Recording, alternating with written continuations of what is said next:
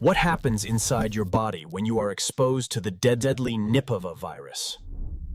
Nipah virus is typically spread through contaminated food, like date palm sap, touched by infected fruit bats. Once it enters your system, the virus targets endothelial cells lining your blood vessels, especially in the lungs. After an incubation period of 4 to 14 days, initial symptoms mimic the common flu: fever, headache, and vomiting.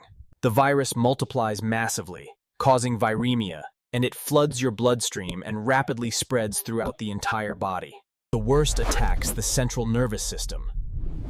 Nipah crosses the blood-brain barrier through infected macrophages. This severe inflammation leads to acute encephalitis, causing the brain to swell dangerously inside the rigid skull. Once inside the brain, the virus targets neurons and microglia, initiating widespread inflammation.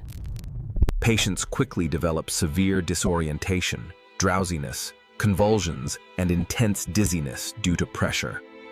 The infection also causes severe respiratory distress, leading to pneumonia and fluid accumulation in the lungs. As the infection progresses, it can trigger multi-system organ failure, specifically targeting the kidneys and spleen. Nipah is an especially potent neurotropic virus. It causes widespread damage to essential nerve fibers and tissues.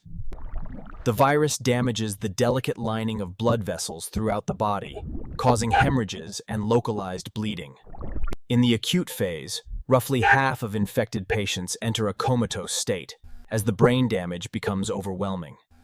A terrifying complication is the late-onset relapse, where patients seemingly recover, only for symptoms to return weeks later. Nipah virus has a high case fatality rate, often ranging between 40 and 75%, depending on the outbreak location. Even recovered patients may continue shedding the virus in their urine or saliva for weeks, posing an ongoing risk. There is currently no approved vaccine or specific antiviral treatment for Nipah virus. Care is mainly supportive. Prevention focuses heavily on avoiding contact with bats and infected animals, and maintaining strict hygiene standards. Understanding how Nipah attacks the body is crucial for swift public health response and future vaccine development.